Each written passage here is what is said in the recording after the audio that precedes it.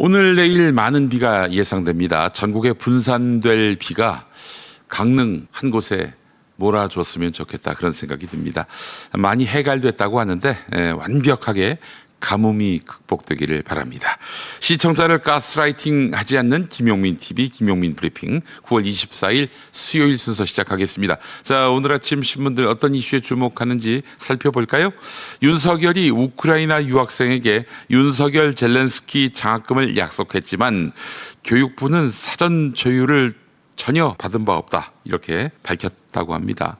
교육부는 대통령 발표를 듣고서야 사실을 알았다고 밝혔는데요.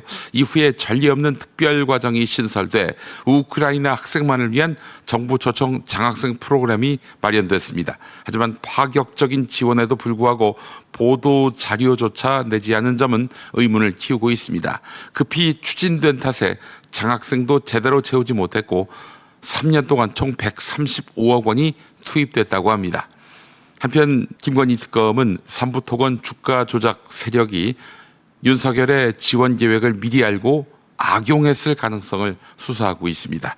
정치적 계산 없는 즉흥적 결정이었는지 혹은 배후에 다른 연결고리가 있는지 철저한 검증이 요구된다고 한국일보가 보도했습니다. 김건희 의혹을 수사하고 있는 민중기 특별검사팀이 지난해 총선을 앞두고 통일교 한학자 총재가 신도에게 특정 정치인 지지를 독려한 정황을 포착했습니다. 특검은 한학자 총재가 우리 정책을 지지하는 의인에게 투표하라라는 지침을 내렸고 지도부가 이를 보고한 서신을 확보했다고 밝혔습니다. 앞서 통일교는 윤석열 당선 직후에도 하늘이 축복한 후보라며 보고한 사실이 드러난 바 있습니다. 통일교 쪽은 이를 단순한 종교적 표현일 뿐 정교유착의 증거는 아니라고 반박하고 있습니다. 하지만 특검은 총재가 해임된 윤영호 전 본부장과 별개로 조직 차원에서 국민의힘을 지원했다고 보고 있습니다. 윤영호와 별개로. 나아가 이런 행위가 국정농단 시도에 해당한다며 영장실질심사에서 제시한 바도 있습니다. 결국 이 사건은 단순한 개인 일탈이 아니라 종교 조직의 정치 개입 여부로 수사의 무게가 옮겨가고 있습니다. 한겨레가 보도했습니다. 이재명 대통령이 주가 조작하는 사람은 패가망신 시켜야 한다, 이렇게 강조하면서 불공정 거래 척결을 선언했지요. 자, 그런 다음에 출범한 조직이 있습니다. 주가 조작 근절 합동대응단입니다. 1호 사건이 드러났습니다. 종합병원과 대형 학원 소유주 같은 재력가, 금융사 지점장, 전직 사모펀드 임원 등 전문가 7명이 무려 1,000억대의 자금을 굴리며 코스피 상장사 DI 동일 주가를 조작해서 400억대의 이익을 챙긴 혐의입니다. 회사 이름이 DI 동일이군요. 이들은 수십 개의 계좌를 동원해서 1년 9개월 동안 고가 매수와 허위 거래로 주가를 끌어올린 것으로 조사됐습니다. 당국은 계좌를 동결해서 주식과 현금 1,000억 원을 묶었고 최대 800억 원 과징금을 부과할 방침입니다. 이번 사건은 원 스트라이크 아웃 원칙이 처음 적용된 사례로 불공정 거래 세력을 시장에서 퇴출하겠다는 강력한 메시지를 던졌습니다. 자, 한겨레를 비롯한 많은 언론이 보도하고 있습니다. 부산일보 보도를 볼 텐데요. 부산구치소에서 20대 재소자가 동료 재소자들에게 집단 폭행을 당해 숨지는 사고가 발생했습니다. 피해자는 수용복 바지와 수건으로 눈을 당하고요. 그렇게 눈이 가린 채 복부와 목, 허벅지 등을 맞아서 결국 사망한 것으로 확인됐습니다. 하지만 사건 직전 순찰이 이루어진 뒤 40여 분이 지나서야 쓰러진 모습을 발견해서 관리 체계의 허점이 드러났습니다. 더 큰 문제는 일요일이었는데요. 일요일 당시 구치소에 의무관이 한 명도 없었다는 사실입니다. 평일엔 20명 가까운 의료 인력이 있는데 주말엔 간호사와 직원 단 2명뿐이었습니다. 이번 사건은 우발적 폭행이라고 보기 어렵다, 이런 의혹 속에 곧 교정행정의 전반적인 점검 필요성이 강하게 제기되고 있습니다. 전문가들은 인력 예산 확충과 더불어서 과밀 수용 해소, 최신 모니터링 시스템 구축이 시급하다고 지적합니다. 자, 그렇다면 윤석열을 다인실, 혼거방으로 보내는 것은 어떨까 하는 생각이 듭니다. 그래요. 모자라잖아요, 지금 감옥이. 올해 극장에서 신규 개봉하는 한국 상업 영화 단 20편에 그칠 전망입니다. 코로나19 이전에 연평균 40편 안팎이었던 것과 비교하면 거의 절반 수준이지요. 관객 감소와 투자 부진으로 영화 제작 동력이 크게 꺾였다는 방증인데요. 특히 팬데믹 시절 개봉하지 못한 창고 영화가 소진되면서 이제는 신작 자체가 줄어든 모습입니다. 주요 투자 배급사들의 투자 축소와 합병까지 겹쳐서 제작사는 더 큰 자금난에 직면했는데요. 이창동 감독의 신작마저 투자처를 구하지 못해서 넷플릭스로 향한 것이 단적인 사례입니다. 영화산업 붕괴의 우려 속에 정부도 대책 마련에 나섰지만 OTT 지위와 홀드백 제도 등 이해관계가 복잡해서 법제도 개선이 뒤따라야 한다. 이런 지적이 나옵니다.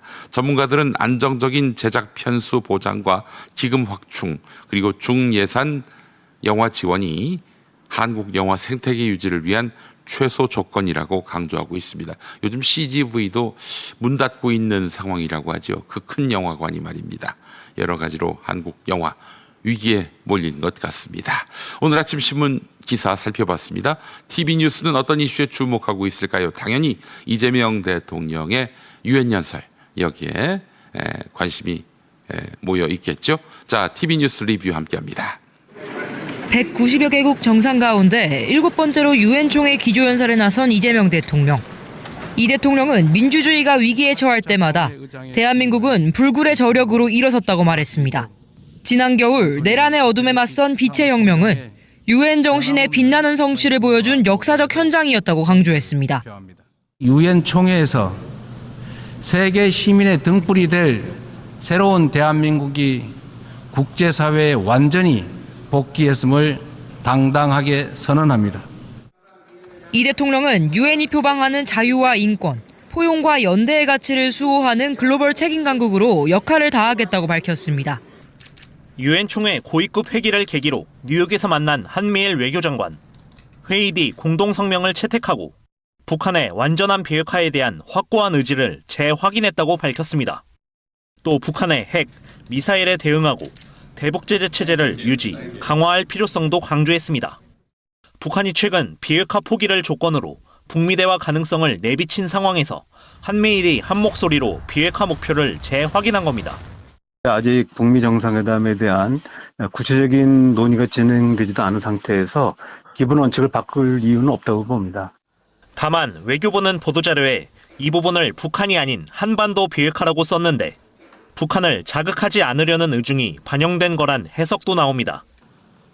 트럼프 대통령은 브라질 룰라 대통령에 이어 두 번째로 연단에 섰습니다. 6년 만에 유엔 총회 연설에서 트럼프 대통령은 취임 7달 만에 이스라엘과 이란 분쟁 등 7개의 전쟁을 끝냈다고 과시했습니다. No president or prime minister, and for that matter no other country has ever done anything close to that. 노벨 평화상보다 수백만 명이 전쟁에서 죽지 않는 것이 더 중요하다면서도 다들 자신이 노벨상을 받아야 한다고 말한다고 속내를 드러냈습니다. 트럼프 대통령은 유엔과 유럽 국가들에 대해선 날선 비판을 이어갔습니다. 먼저 기후변화 대응이 최대의 사기극이라며 탄소 배출량 규제가 중국만 이롭게 한다는 인식을 나타냈습니다. It's the greatest con job ever perpetrated on the world, in my opinion. The carbon footprint is a hoax made up by people with evil intentions. 오는 금요일 열리는 체포영장 집행 방해 혐의 재판 첫 공판 기일을 앞두고 윤석열 전 대통령의 변호인단이 갑자기 윤 전 대통령이 재판에 출석할 예정이라고 공지했습니다. 궐석 재판으로 진행되던 기존 내란 우두머리 재판과 별개의 재판 절차이기 때문에 첫 공판에 반드시 출석해야 한다고 설명했습니다. 그러나 피고인은 모든 공판에 출석 의무가 있지 특별히 첫 기일에 더 무거운 출석 의무가 있지는 않습니다. 더구나 윤 전 대통령 측이 주장하는 건강 상태에 변화가 있는 것도 아닙니다. 대선 개입 의혹 관련 긴급 현안 청문회를 열기로 결정한 민주당 소속 국회 법제사법위원들은 청문회 개최는 삼권 분립 침해가 아니란 주장을 폈습니다. 국회법엔 특정 사안을 질문하기 위해서 대법원장도 부를 수 있게 돼 있단 겁니다. 불응 시 탄핵 소추 가능성까지 언급했습니다. 제가 제일 많이 들은 말이 탄핵 마일리지. 국민들이 비등, 이게 여론이 비등하면 어느 정도 임계점에 이르면 폭발하는 겁니다. 청문회 개최 결정은 그제 저녁 예고 없이 이뤄졌는데 대선 개입 의혹 제기는 조희대 대법원장이 스스로 만든 것입니다. 민주당 지도부는 사전에 따로 상의가 없었다는 입장을 내놨습니다. 사전에 상의는 안 됐고요. 법사위 차원에서 의결이 된 걸로 추후 통보를 받았습니다.